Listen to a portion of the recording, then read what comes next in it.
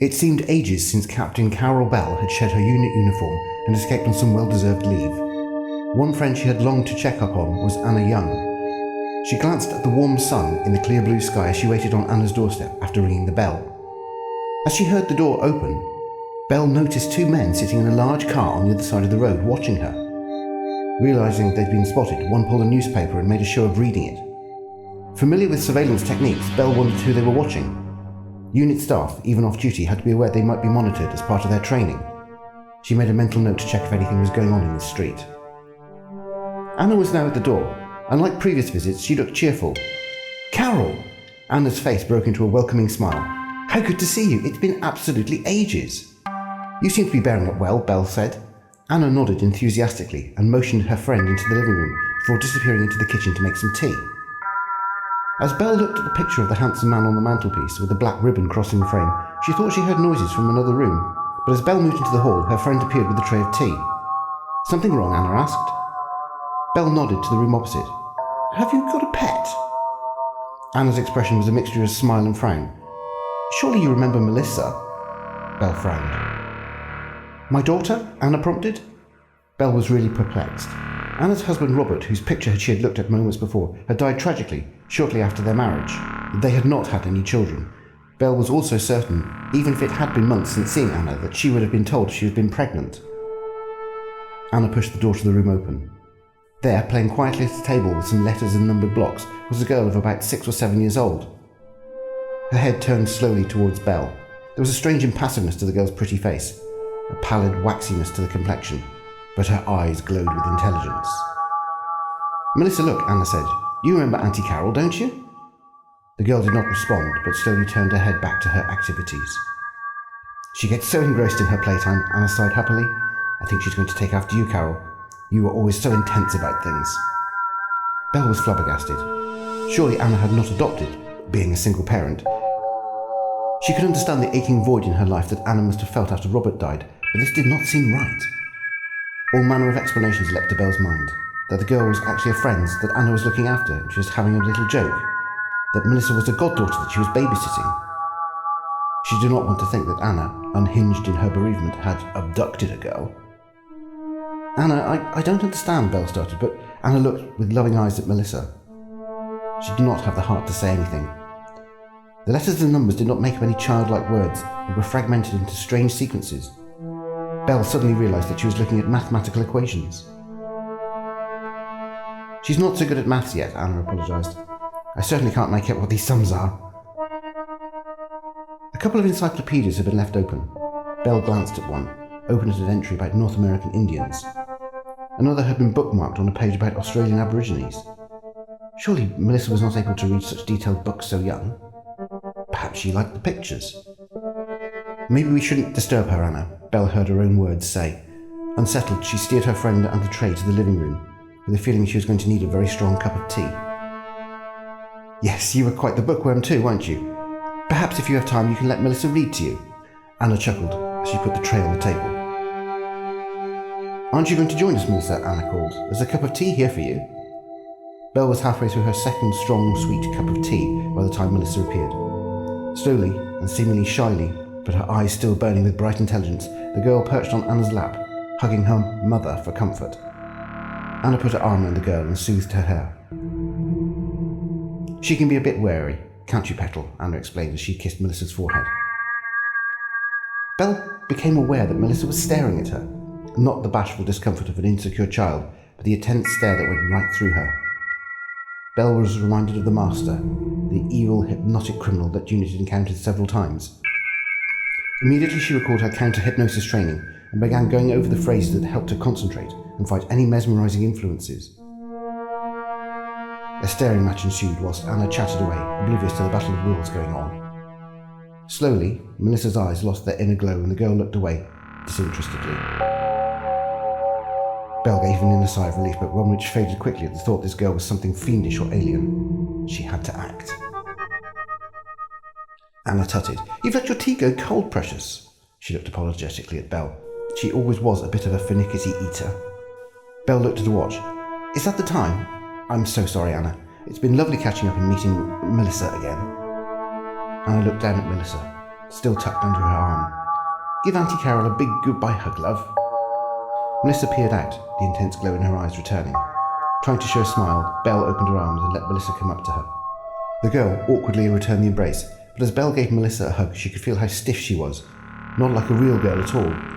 More like a large doll brought to life, even though she looked like flesh and blood.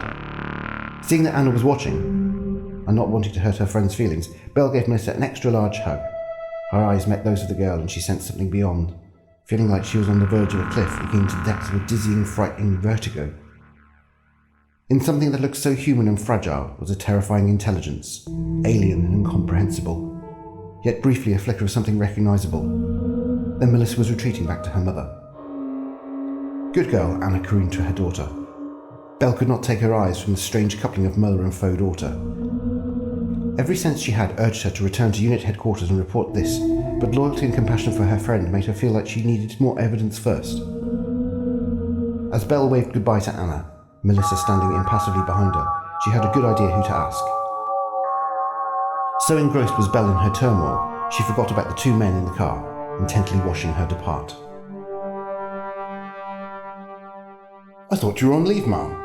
Sergeant Tom Osgood peered over the tops of his glasses at Corporal Belle as she entered the small office. "I need something of favour, a bit hush-hush," she explained briefly about Anna and her new strange daughter. Osgood nodded. "It does sound like the Autons again. Bit odd to use a young girl, though." Belle bit her lip. "Yes, that's why I didn't raise the alarm until certain." "We did have a means of detecting them, didn't we?" Osgood nodded and disappeared into the technical stores. He emerged a few minutes later with a backpack that was cabled to a handheld meter. "It's a brainwave pattern detector. The doctor had set it up when we first encountered the Autons and their controllers, the Nestine." Both recalled the attack years previously, when the alien intelligence arrived on Earth in small artificial meteorites, an intelligence which had an affinity with plastic and could control it as if alive. Shop mannequins had become killers on the streets, shooting down people with weapons hidden in their hands. Belle realised Melissa fitted this resemblance to the Autons all too well. This time the threat was not only hostile aliens, but a personal one. She wondered how Anna would cope when her fake daughter was taken away or destroyed. She had seemed so happy. Belle asked Osgood to accompany her to operate the brainwave detector. Sat in the back of her car, the sergeant fiddled with the settings as they waited. Belle knew Anna had to be something of a creature of habit and usually went to the shops in the afternoon. She wondered if she would take Melissa with her. The corporal's instincts were rewarded and Anna appeared with Melissa in the doorway. She nodded to Osgood, who aimed the detector surreptitiously out of the car window as they walked away. Belle waited nervously. After a few moments, Osgood held out a strip of paper with a familiar pattern of perfectly right-angled waves, the Nestine brainwave. Only there was a double image to it. Belle asked what it meant. "I'm not sure, ma'am. If I didn't know better, I'd say there were two Nestine present." Was Anna an Auton too? Even though the Nestine had used sophisticated Auton duplicates of people in their power during their first invasion, it did not seem possible. Belle knew her friend too well to be deceived, but she did know that the Nestine could influence people, so she pondered if Anna's brainwave was under that influence. Melissa had tried to hypnotise her, she was certain. Perhaps that's why Anna did not question why Melissa never ate or drank, or did anything a human girl would. "We'll follow them, Sergeant," Belle decided. As she drove after them, she did notice the large car she had seen earlier pull out and follow at a discreet distance. Parking near the high street, Osgood shed his unit cap and jumper and hoped no one would notice his army green trousers and pale brown shirt. Belle linked her arm to his, and they tried to look like an inconspicuous couple out shopping. "There they are," Belle hissed under her breath as she spotted Anna and Melissa going into a bookshop. They followed discreetly as Melissa looked at books, not for children, but in historical and reference sections. Anna chatted away to her silent daughter, as if answering unspoken questions, as Melissa pointed to various books curiously. "Information for an invasion," Osgood asked under his breath. "Hardly the most accurate or detailed source," Belle replied. Previously, the Nestine had been quite bold in their invasions. The shop dummies and other diversions were clown-faced Autons that had handed out free plastic daffodils, which were deadly killers, spraying a sheath that clung to the face and suffocated people. She shuddered to think what horrible plan they were devising this time. Belle and Osgood followed them as they bought groceries and then walked past a toy shop. Anna pointed at a large doll in the window, about as big as Melissa, and laughed quietly. Melissa shook her head, pulling at her mother to move on. Anna just shrugged. Belle suddenly noticed the doll and stopped, To all intents and appearances, it could have been Melissa stood there on display. The Nestine had tried using killer dolls before. Perhaps this was their plan. Auton children who would strike at unsuspecting foster parents. Osgood could see the terror clear in Bell's eyes. "Ma'am, you don't think—" Bell went white as a sheet. "I do, Sergeant. I think we've seen enough and should report back to unit." Osgood put his hand on her shoulder to show moral support, and they started to head back to the car park when a woman's scream pierced the air. They looked in the direction of the cry and saw a small crowd of people. Surely the invasion had not already started. Anna. Bell's thoughts were of her friend, if Melissa had suddenly turned killer here and now. A dead woman in a busy high street would strike terror and panic into the hearts of the public, but neither unit officer was armed, and they were alone without backup. Bell ran up the street, Osgood close behind. Instead of finding Anna dead, Bell was relieved to find her alive, if distraught. Bell pushed through the small group and hugged her friend. "Anna, what's wrong?" She looked around. Of Melissa there was no sign. Tears streaked Anna's face. "She's gone, Carol. Someone's taken Melissa." Bell gasped. "What?" Anna's words were now punctuated with sobs. "She would never run off. This man asked me for directions, and when I turned back, Melissa had gone." Bell looked over the heads of the men and women, hoping that the Auton girl might still be nearby. Then she saw the large car pulling out of the car park exit, the same one she'd seen earlier. Instinct told her there was a connection. Someone knew of Melissa and had taken her. More Autons under Nestine control, perhaps? Bell was not sure, but she could not leave Anna and give chase. She tried to see the number plate, but another car obscured the vehicle before it accelerated way out of sight. Osgood pushed his way to her side, and the two of them tried to comfort Anna. "Where is she, Carol?" Anna was on the verge of hysteria. "Where's my daughter?" Osgood had no option but to call unit headquarters once he had retrieved his radio from Bell's car. It did not take long before the brigadier himself appeared at Anna's house. The police sergeant frowned as the officer strode up the front garden path. "I was not aware this is a military matter, sir," he said, saluting. "Need to know, Sergeant," the brigadier informed him, deciding on his usual cover for alien activity. "There are terrorist implications." The brigadier found Bell and Osgood in the living room with Anna. A frown and a very discreet glare from her superior told Bell he was none too pleased about the situation. "Corporal Bell, with me, if you please." They moved to the room where Melissa had been reading earlier, and the brigadier closed the door. "Now, will you tell me what the blazes is going on, Corporal?" he said in as loud a voice as he could without being overheard. Bell stood to attention and related the events. She showed the brigadier some of the letters and numbered blocks still arranged with mathematical equations on the table, and concluded with an apology. "I'm very sorry, sir. I didn't want to raise the alarm until I was certain." The brigadier knew his aide-de-camp well. "I'm sure you thought you acted in the best interest, Corporal. You suspected this girl was taken because she's an Auton?" "Yes, sir. I'm sure someone else was watching the street. It wasn't until I saw the same car in town that the connection was obvious, if it wasn't our people." The brigadier mulled. "You know the Nestines send out Autons to retrieve their energy units. How long do you think the girl has been here?" "Several months at most, but things could have been undercover for longer." Bell was interrupted as the police sergeant entered urgently. "Sorry to interrupt, sir." He held out an envelope. "This just arrived by telegram messenger. It might be a ransom note." The brigadier read it quickly. "Quite right, Sergeant. We'll take the matter from here. Your men are no longer required. I'm sure your station will debrief you. Thank you for your time on the matter. Dismissed." The sergeant looked stunned at the dismissal, but saluted and left. "What is it, sir?" Bell asked. The brigadier handed her the telegram. "If you want the girl returned, unit will arrange government ransom of £1 million. Stop. Or information concerning the girl's origin will be revealed. Stop. You have 24 hours, then will be contacted for reply. Stop." "There's something very wrong here," the brigadier mused. "Whoever they are knew we would be involved. If it's not the Nestine, they at least know this girl isn't human. That begs a whole different set of questions we need to ask." Some miles away, in a large deserted storage shed on a remote farmland, Melissa sat impassively on a wooden chair next to a rough wooden table. In the dark, unlit corner opposite, barring the way out through the shed door, stood a very tall, muscular black man, arms folded. Another man sat in the window, puffing a cigarette. "I reckon your mum's probably got our message by now," he said. "Of course, you could save us all a lot of bother if you decide to tell us what we need to know. Like where you're from, what your intentions are." Melissa just looked at him blankly. The man hefted a large case from the floor onto the wooden table and opened it. From a file, he flicked open a document. "No birth certificate, no adoption papers. Your mum really pulled a miracle out of the hat there. Didn't you think someone would notice eventually? Seems you didn't know enough about us before deciding to be the cuckoo in the nest." The man's face hardened. There are people I know who would very much like to talk to you. Very influential people. We can do it the easy way if you'd be more willing. Melissa's expression did not change. Or we can do things the very hard, very nasty way.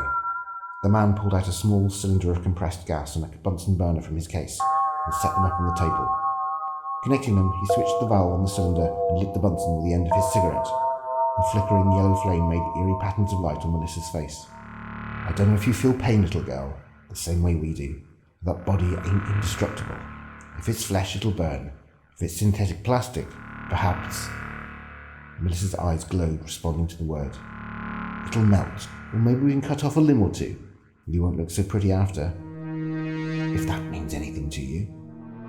For the first time, Melissa looked her kidnapper directly in the eye. Her face twitched into an expression that was not pleasant. The man sneered. So, got your attention at last.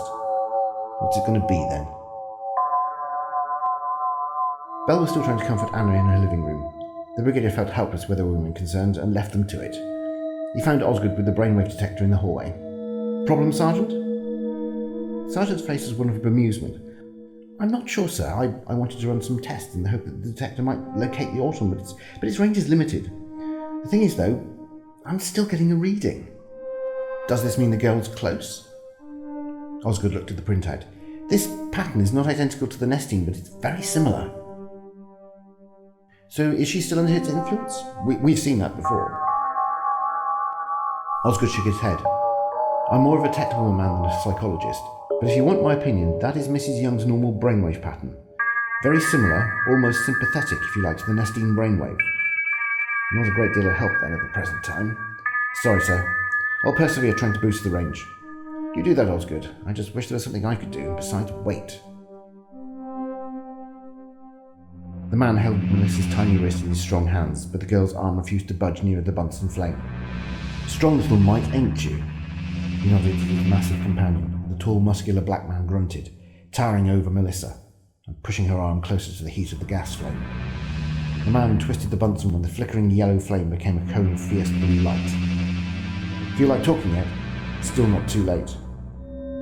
Melissa's face still had the unpleasant expression. The black man's strength was as it had been when he seized her, and despite the superior strength the girl had, he had managed to restrain and bundle her into the car. The glow in her eyes started to get brighter. The man whipped out a pair of sunglasses from the case. I was warned you might try something like that. Polarized filters. You won't find me as much of your pushover as your mum.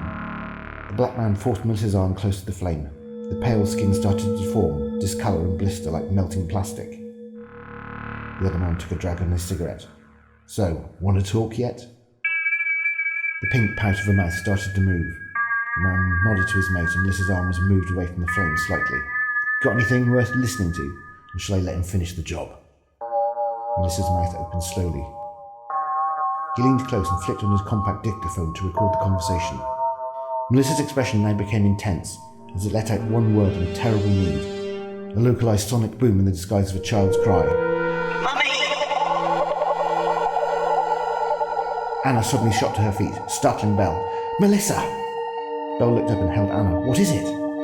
Anna's face was a mixture of distress and awe. Melissa, she's in danger. Belle tried to sit Anna down. Yes, we know. We're doing everything. No, you don't understand. She's in terrible danger. Right now. Anna's gaze became distant, seeing things beyond normal sight. The brigadier burst into the living room, Osgood at his shoulder. What's going on? Anna looked at him distantly. 2 men. A dark place. Fire. Threats.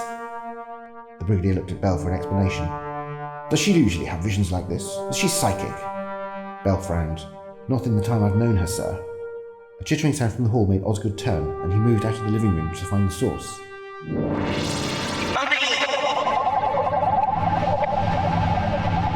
man covered his ears, shock on his face as his sunglasses fell. His tall mate staggered under the pounding to his hearing. Melissa pulled her arm from the black man's hands that held her. The other man moved to hold her, but Melissa's eyes glowed, and he went rigid, immobilized. The black man tried to recover as Melissa staggered towards the door, blocking her path. The girl's eyes glowed again, but he lunged at her, holding her shoulders fast. This time Melissa was prepared. The small hands dug her fingers hard into his wrists with a tiny grip of steel. Blood started to drain her hands as inhuman pressure was applied.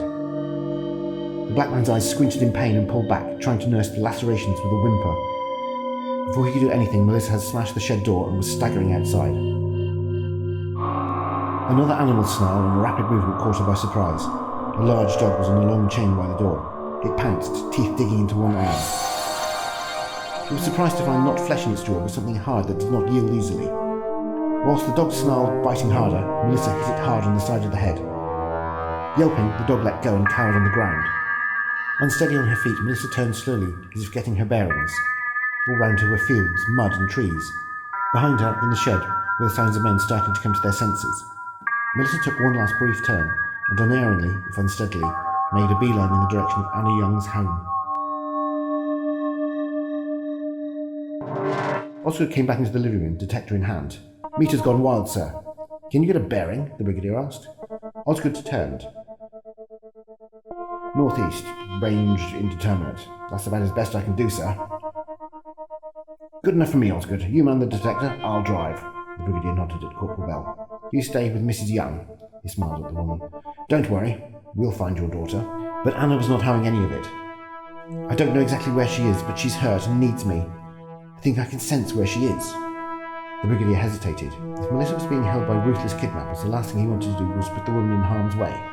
But Anna had already shrugged on her coat, pushing past him to the door. "I'd say you won't take no for an answer then," the brigadier sighed and followed with Bell and Osgood. Brigadier at the wheel, the unit Land Rover shot along the main road, away from the town and into the countryside. "Any more signals, Osgood?" he shouted above the noise of the engine. The sergeant just gestured generally ahead. Behind them, Bell looked at Anna. "Turn right here," Anna suddenly yelled. The brigadier spun the wheel and the Land Rover screeched down a smaller road. "Bell, get some more men down here. Tell them to close in and use our location as a centre." Bell pulled out her walkie-talkie and shouted into it. "Jupiter to trap."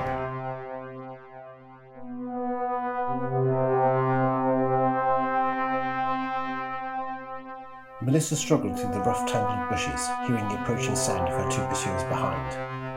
Her small size meant she was able to wriggle through several yards of undergrowth, something the much bigger men were incapable of. Looking back, she saw the silhouette of a large black man trying to break through the branches with little success, his smaller associate behind him with a large dog. At last, she crawled free of the catching undergrowth and started off across the clearing. The walkie-talkie crackled. "Greyhound 2 to Jupiter, over." Bell clutched at the radio, hoping for good news. "Jupiter, you receiving?" "Captain Yates here. We're at the north end of Harchester Farm. We spotted some movement in the field. A couple of men with a dog. They fled when challenged and drove off. Looks like there's a shed at the far end of the field. Over." Bell looked at the map spread over her lap. "Greyhound 2, liaise with Greyhound 4 and give details of the car to them. They might be able to head them off. We'll rendezvous with you at the junction of Carminster Road and Walmington Lane. Over." "Greyhound 2 receiving. Over and out."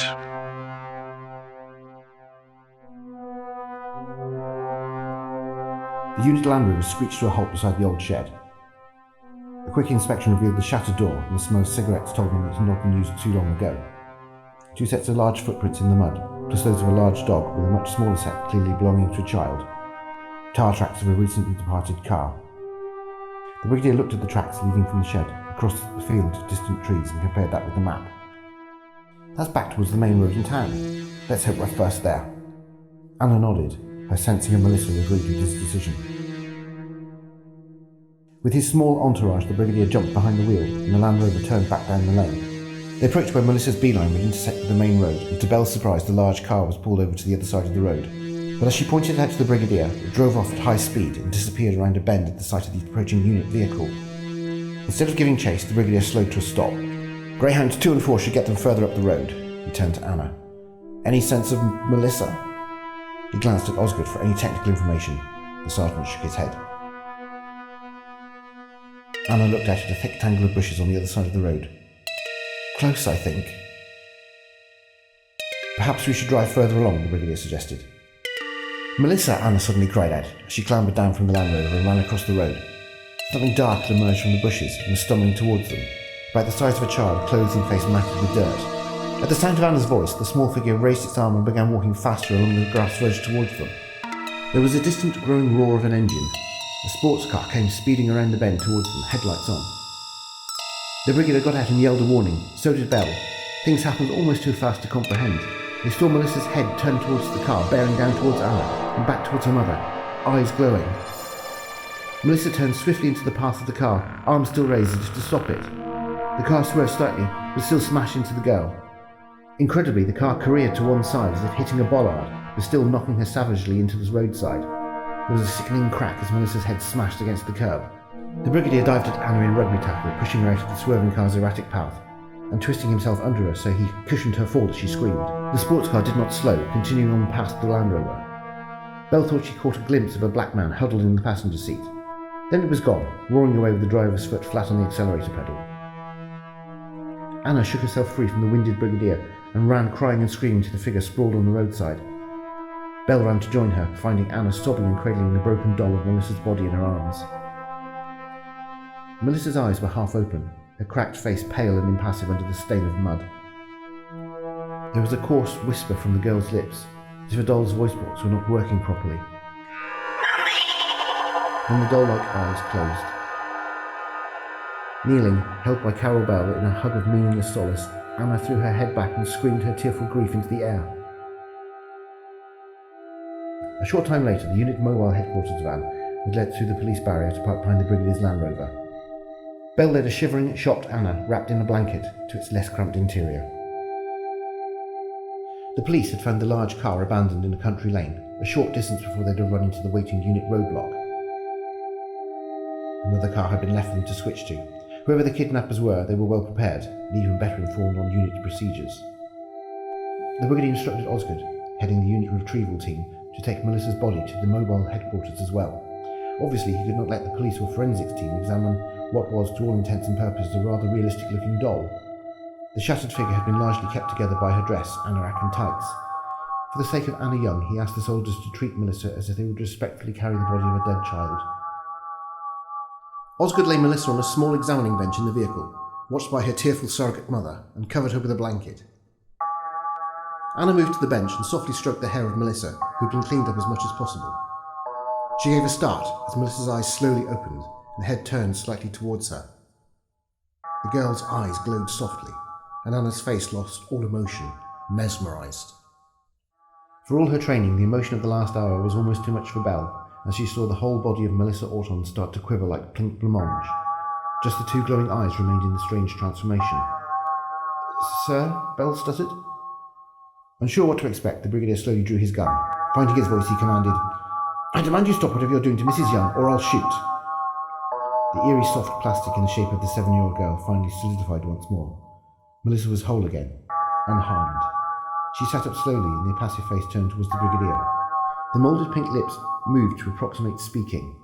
It was a voice devoid of human emotion and inflection, neither male nor female. Something beyond words, struggling to use them to communicate. "We seek only sanctuary with this human female." Melissa's eyes continued to hold the entranced Anna as the focus of attention. The brigadier could not help but aim his pistol at the Orton girl. "Why should I permit that?" "It has protected us, and we have protected her. She will not remember these recent events. This orb is beyond the range of the Nestine consciousness, and will be for some considerable time. We have been separated from it, and we seek to survive until then." "You've shown yourself to be hostile to us on more than one occasion," the brigadier countered. The Nestine expand and colonize worlds. On the time spent on this orb, we have learned much about humankind. The Australian Aborigines, the native North and South America, the Africa. Whole societies nearly wiped out as one faction of your species expands and colonizes the lands occupied by another. Melissa's gaze was emotionally fixed on the brigadier now. Is what the Nestine does so very different to what humankind does to its discordant self? The brigadier noticeably flinched at the accusation. "We don't claim to be perfect." Nor do the Nestine. We are ahead of you in evolutionary terms by millions of years. As far ahead of you as you might consider insects or less. Yet all our needs remain similar. A place to exist, to be part of a greater whole, to have purpose, to survive. The brigadier nodded slowly, seeing the alien point for once. "I ask again, though, why should I permit you to stay on Earth, let alone with Mrs. Young?" Melissa fixed her gaze on the mesmerised Anna, who moved to her surrogate daughter, an alien in the form of a girl, and held her compassionately. The impulses in her were of this unit, a loss, a need. Belle remembered the funeral of Anna's husband and piped up, "I think it's lonely, sir." "Corporal?" "When I visited Anna, I could sense the alienness in Melissa, but also something else I could relate to. It's afraid, it's lost, as many of us would be on an alien planet. I know how Anna felt when she lost her husband. I think this nesting feels something like that." She touched Anna's arm. "Only, it doesn't have any friends to fill that loss. No one at all." Melissa looked at them as Anna stroked her hair softly, still oblivious to all but her child. This unit does not judge your species. It has good and bad. This unit has experienced both. In return for sanctuary with its female, we have offered protection. Having learned this need for exchange among humankind, and given her a daughter she will never have had. One that will never grow old nor abandon her. Melissa looked hard at the Brigadier again. In your words, we do not claim to be a perfect solution, but it proved mutually adequate until we were recognized. The girl's look fixed on Belle, who looked slightly guilty. At a point in time as yet unreached, humankind and Nestine will encounter each other again. We offer things in exchange for continued sanctuary. To speak for humankind to the Nestine, and to reach a mutually acceptable understanding. Would you rather the Nestine were ally than hostile? That is not beyond possibility. The other offering is a warning. This daughter is not your enemy. It is merely a plastic facsimile, one that was convenient and adapted to more resemble one of you. The human female found us in a place of exchange and acquired it. Belle recalled the doll in the window that looked like Melissa. She could imagine Anna wishing for a child to look after, something to give her widow life purpose again, and the Nestine's intelligence harboured in the doll, sensing Anna's thoughts as it sat in a shop shelf, the lone survivor of a failed invasion. Mutual needs. Melissa continued. As there were once those humans who colonized and wiped out others to satisfy their own needs, there are still those who seek mutual gain, not for territory or land. There is a new need we do not comprehend. Look to your own human, recognize the true danger. Now the words and the decisions concerning us are for you. This communication is ended. The Brigadier was at a loss for words momentarily. Then he found his voice again. The question was obvious. "What do you mean?" Anna came out of her trance to see the Brigadier glaring at her daughter, who hugged her mother back. Melissa's face was an impassive mask again. The Nestine refugee had spoken once to humanity, and once only, to state its case and ask asylum. "Sir, I think you should agree," Belle said quietly. "Do you realise what you're saying?" "Yes, sir. Do you realise what it was saying?" The Brigadier nodded. "Only too well, Corporal. Only too well." He looked at Melissa, huddled in her mother's arms, a widow whose life had been torn apart by kidnapping and a second death, as she perceived it. A death which had now not happened. But if they took the Auton girl from Anna, the effect would be as bad. Now he knew why Belle had made her comment. It was not the most rational of decisions, but perhaps it was the most human. "Very well, I agree, but you realise in the light of these events that we will have to put a protective watch on you both, in case this happens again." Almost imperceivably, the Brigadier and Belle saw Melissa nod in acceptance. The moulded pink pout of her mouth quivered in a facsimile of a smile in gratitude. As arrangements were made to return Anna and Melissa home, under a secret watch which would never end, Corporal Belle moved closer to her superior and thanked him quietly. The Brigadier frowned. "I only hope I made the right decision." There was an inkling of a smile as well. "I suppose the doctor will be proud of me, eh, Corporal? Possible peace with the Nestine? Will you tell him, sir, when he returns?" The Brigadier shook his head. "What the doctor doesn't know needn't harm him, Belle. Now, how about some tea? An officer could go thirsty around here." With a smile, Belle saluted and went to boil some water in the mobile headquarters' small galley. Left alone in the compact operations room, the Brigadier frowned, mulling over what Melissa had said. and the deep implications that held for him and the future.